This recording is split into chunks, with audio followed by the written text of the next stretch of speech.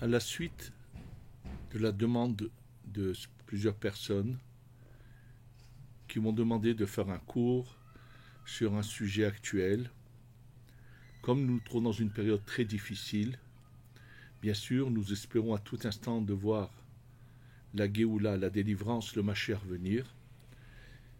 Mais le problème, c'est qu'à chaque fois qu'il y a eu ce genre de situation, il y a eu plusieurs fois dans l'histoire des imposteurs qui se sont soulevés et qui ont voulu faire croire qu'ils étaient le Mashiach et malheureusement ont causé beaucoup de tort au Am Israël.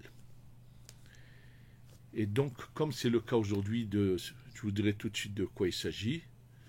Donc, pour bien que les choses soient claires et que vous le montrez dans les écrits de la Torah, qu'on n'ait pas à tomber dans le piège de ces imposteurs.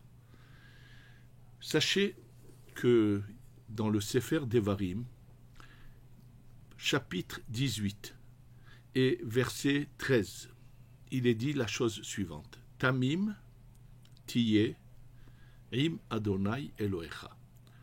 Ça voudrait dire sois entier, intègre avec Dieu. Et là, Rashi nous dit des mots qui est un enseignement que nous devons tous intérioriser. Dit Rashi, Hitaler imo betmimut.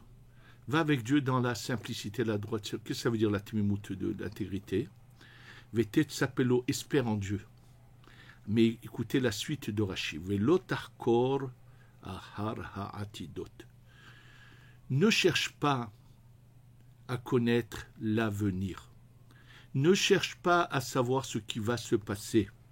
Et la kolma shiavu alecha, tout ce qui arrive va arriver sur toi. Kabel betmimut, accepte-le avec de manière intègre à 100%.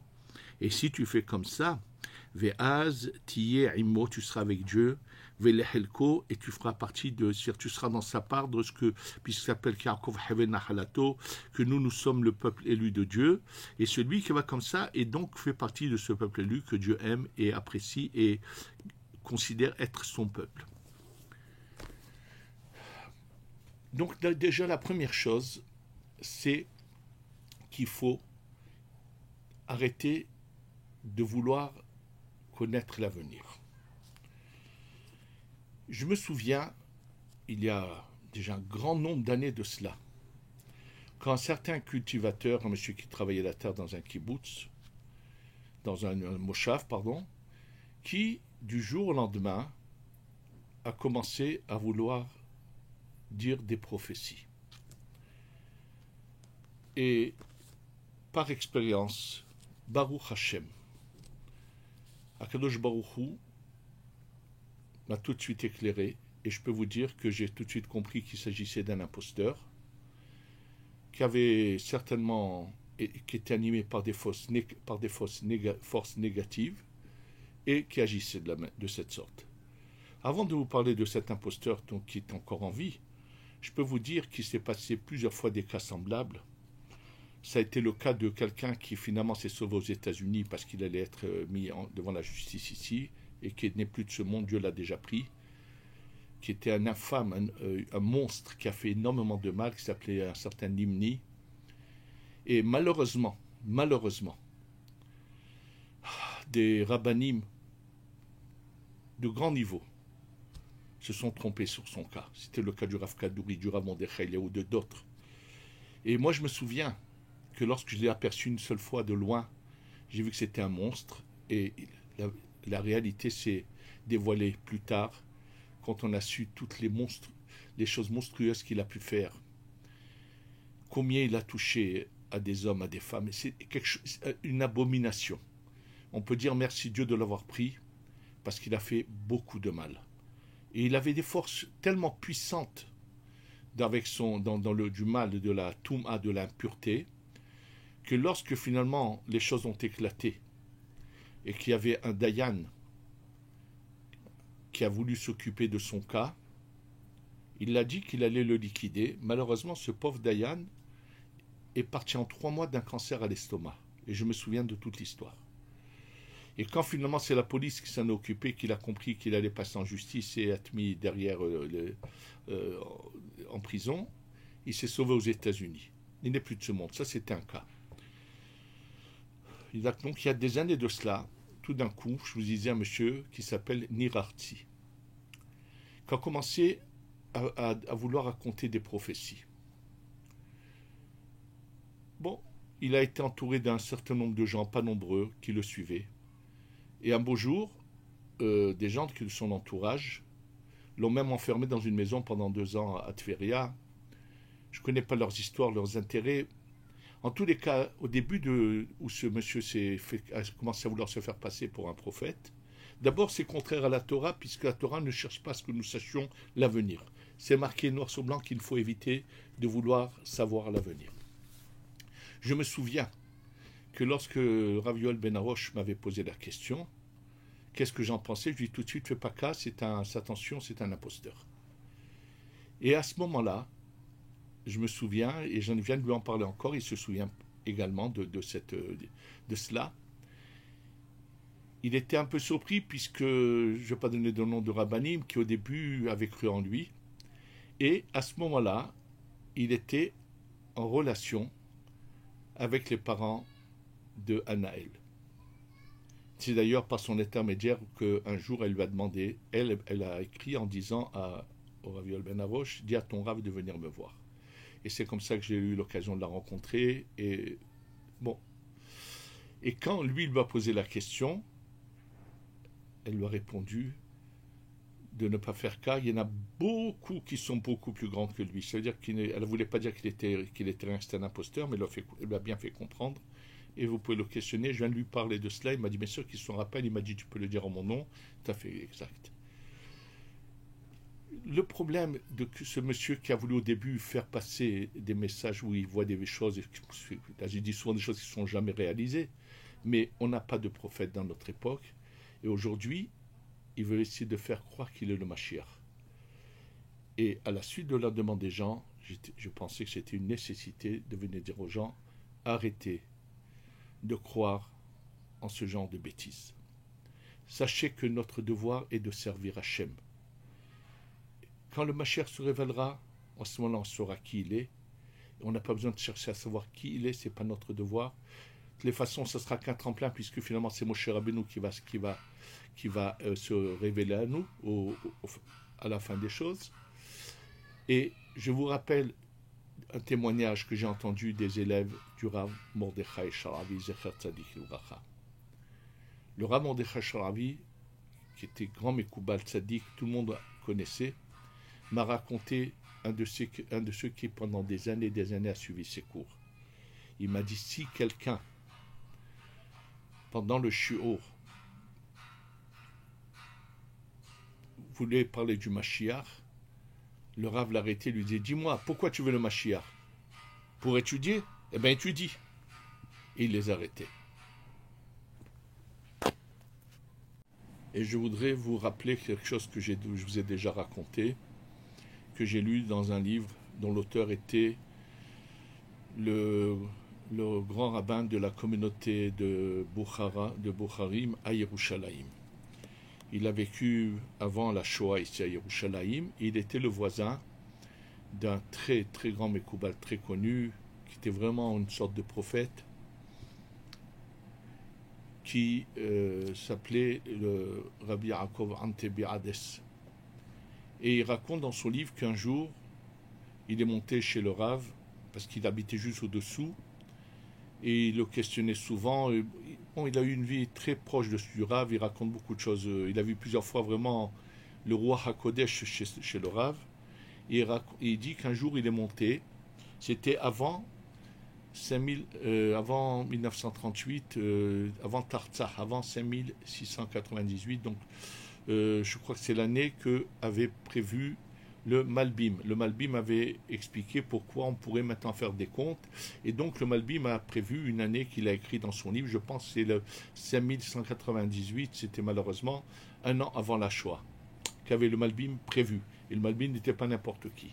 Et il raconte le grand rabbin de la communauté de Bukharien de Jérusalem, que lorsqu'il va chez Rabbi Avraham Antebi Avraham Hades, et qui lui dit, Kvod Harav, qu'est-ce que tu penses de la date qui a écrit le Malbim? Et la réponse était, je peux te jurer que cette année-là qu'il a écrit le Malbim ne viendra pas le Mashiach. Il lui dit, étant donné qu'il a écrit une date, le Samer Mem, l'ange du mal, va aller se déchaîner là-haut et va donc stopper les choses. Il faut le savoir, on est dans des moments difficiles, c'est vrai, mais on n'a ni à chercher à donner un nom au Mashiach, on doit de demander la Géoula de toutes les façons à Kadosh Baruch Hu, pour mieux le servir uniquement. Ces douleurs, ces souffrances, bien sûr qu'elles vont bientôt s'arrêter. Kadosh Baruch Hu nous a éprouvés pour des raisons que nous ne connaissons pas, mais on doit tous faire teshuva. Et maintenant, on a une seule chose à faire, c'est à le servir. Rappelons-nous ce qui s'est passé en 2 endroits. En Europe, avec les plus illustres élèves de l'élève du Baal Shem Tov.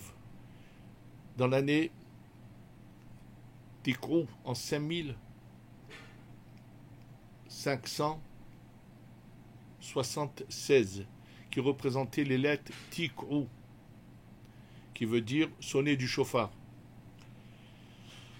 C'est cette année-là, 3 grands tzadikim, le José de Lublin, celui qu'on appelait le voyant de Lublin, qui est connu pour avoir été vraiment qui s'est bandé les yeux pendant 7 ans, et après il avait vraiment Ruach HaKodesh, qui est raconté par tellement de grands tzadikim de son époque.